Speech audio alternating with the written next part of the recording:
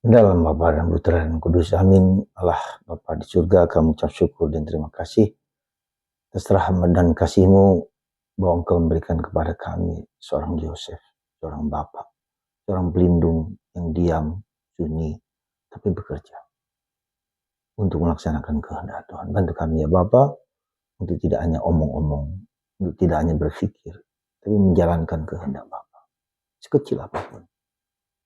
Demi Kristus Tuhan dan pengantara kami. Amin. Dalam menjelang Natal ini kita dihadapkan selain Maria, Bunda Maria, selain Yohanes Pembaptis, tapi juga Yosef. Tidak banyak dibicarakan di dalam Injil, tapi dia sungguh menjalankan apa yang menjadi kehendak Tuhan. Ketika mengalami keraguan bahwa pacarnya Maria mengandung karena Roh Kudus, dia ingin meninggalkan Maria. Bukan karena dia tidak setia, tapi tidak supaya yang menjadi ketika orang mengandung tanpa diketahui, maka dia ingin lari dan tanda petik ingin membuat dirinya dipersalahkan karena Yosef pergi ke tempat lain. Tapi malaikat datang dan mengatakan dan menunjukkan bahwa dia harus menerima Maria, karena Maria dipilih Allah mengandung karena Allah, dan engkau akan menamai dia Yesus Immanuel. Dan Yosef taat dan menjalankan apa yang menjadi perintah Tuhan. Meskipun saya yakin bukan gampang, ya, karena itu dalam mimpi dia melihatnya dan dia menjalankan apa yang dikehendaki Tuhan dan terjadi.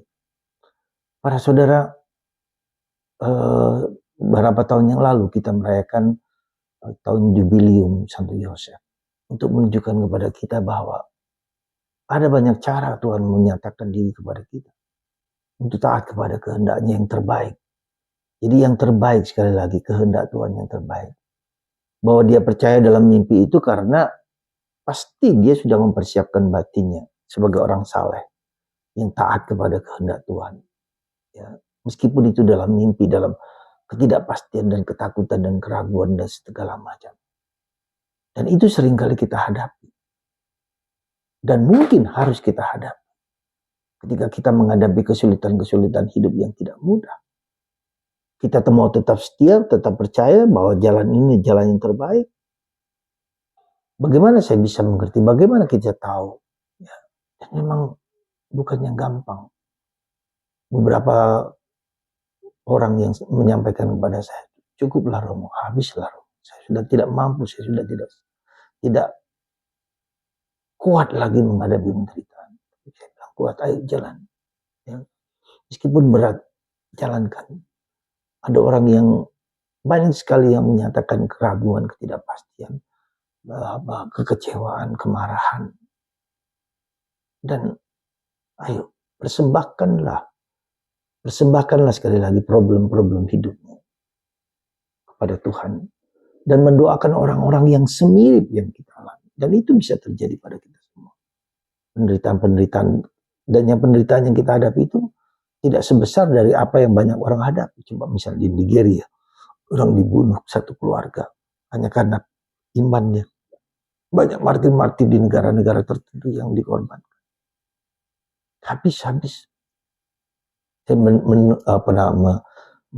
mengalami melihat dalam YouTube tentang seorang imam yang keluarganya habis bukan karena apa-apa, tapi karena tertabrak kereta api. Hanya dia, karena dia kos sedang di seminari. Betapa sakit dan betapa pedihnya. Dan yang lebih ngeri lagi adalah ketika dia jadi imam, supir masinisnya itu yang merasa bersalah, yang sakit, lalu dan mengaku dosa kepada pastor itu. Wow, bagaimana perjuangan pergulatan untuk mengampuni dan memaafkan. Saudara, kita harus mengampuni dan memaafkan. Kita harus membebaskan diri dari segala belenggu masa lalu kita, dan Yesus membebaskan, menyelamatkan kita. Ada banyak belenggu, ada banyak ketakutan, ada banyak kerapuan, ada banyak kekecewaan. Mari kita persembahkan. Tuhan menyejarah dalam hidupku. Tuhan bukan Tuhan yang tinggi, Tuhan yang hadir dalam diriku. dalam pergulatanku. Immanuel, Tuhan beserta kita. Semoga Anda yang mengalami sakit dan penderitaan dan apapun, persembahkan kepada Tuhan dan doakan orang-orang yang semirip mengalami seperti itu, sehingga dibebaskan dari Yesus Sang Juru Selamat. Semoga Anda dan semua sajaran kita semua yang menghadapi jalan buntu, persembahkan kepada Tuhan. Tuhan memberkati Anda semua. Bapa, Putra, dan Roh Kudus.